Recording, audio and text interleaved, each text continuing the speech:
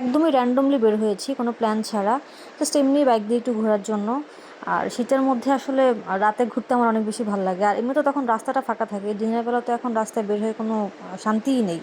তো বের হয়ে ঘুরতে ঘুরতে কোথায় যাব ভাবতে ভাবতে হঠাৎ করে মনে হলো যে আচ্ছা ওকে গুলশানে যাই, কারণ গুলশানের যে স্ট্রিট ফুড জোনটা ওখানে আমাদের এখনও যাওয়া হয়নি। তো এই তো ঘুরতে ঘুরতে এখানে চলে আসলাম।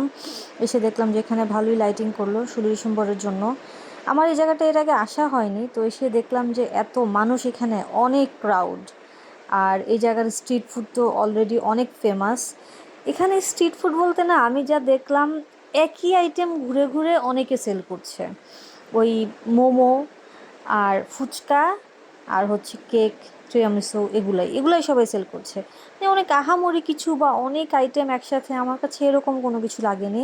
তো আমি ঘুরছিলাম, অন্যান্য সব কিছুর টিপ নেওয়া হয়নি। আমি ভেবেছিলাম যে আচ্ছা ঠিক আছে, এটা যেহেতু অনেক ভাইরাল ফুচকা, আর এই ফুচকাটা আমার অনেক অনেক আগে থেকে ট্রাই করার ইচ্ছে ছিল, তো আগে এটা একটু ট্রাই করি, তারপরে অন্যান্য কার্টে যেয়ে অন্যান্য কিছু টেস্ট করব বা অন্যান্য ভিডিও ক্লিপগুলো নিব। তো এখানে অর্ডার দিয়ে আমি বসে ওদের ক্লিপ নিচ্ছিলাম, ওরা কীভাবে বানায় সেটা দেখছিলাম। কিন্তু আমার কাছে মনে হলো যে ওদের কাছে অর্ডার দিয়েই আমি কট খেয়ে গিয়েছি।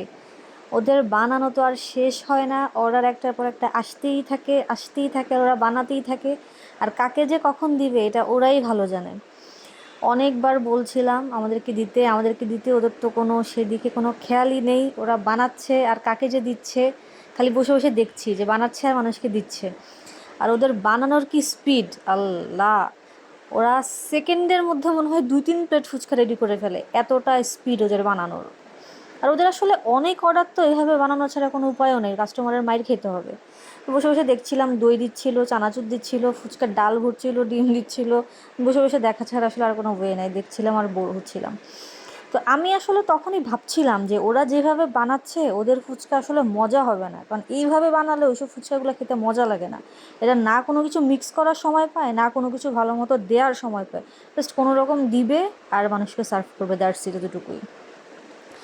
তো ভাবছিলাম যে আচ্ছা ঠিক আছে, ওদের যেহেতু বানানো অলমোস্ট শেষ, তাহলে আমাদেরকে হয়তো এই বেচে দেওয়া হবে। এর আগে কিন্তু ওরা বানিয়ে আরও অনেকগুলো ব্যাচ ছেড়ে দিয়েছে, সেটা আমি ভিডিও নিইনি, কারণ এতগুলো সেম ক্লিপ নেওয়ার কিছু নাই। তো ভাবছিলাম যে আচ্ছা এবার হয়তো আমাদেরকে দেওয়া হবে। ওরা চানাচুর দিচ্ছে, চানাচুর যা দিচ্ছে তার চেয়ে অনেক বেশি ফেলছে নিচে। চানাচুরের স্তূপ ওগুলো যদি উঠানো হয় তাহলে ওখানেও কয়েক কেজি চানাচুর হয়ে যাবে। মানে ট্রাস্ট মি, ওখানে যারা যান তারা দেখবেন যে এরকমই অবস্থা, নিচেই কয়েক কেজি চানাচুর ফেলানো, কারণ ওরা এত বেশি ফাস্ট বানায়। যা ইউজ করে তার অর্ধেক আসলে ফেলেও দেয়, ওদের অবস্থা হচ্ছে এরকম।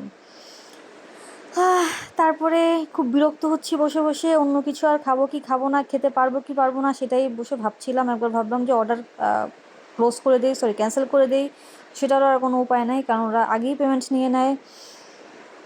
তখন অলরেডি অনেক রাত হয়ে গিয়েছিল, মোটামুটি 11টা বেজে গিয়েছিল এরকম। আমরা গিয়েছিলাম একটু লেট করে, যেহেতু একদমই আনপ্ল্যান্ডভাবে গিয়েছিলাম, তাই আমাদের আসলে যেতে অনেক লেট হয়েছে।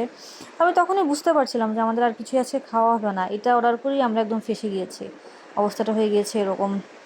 ফুচকা তো দেওয়ার এদের কোনো নামই নাই।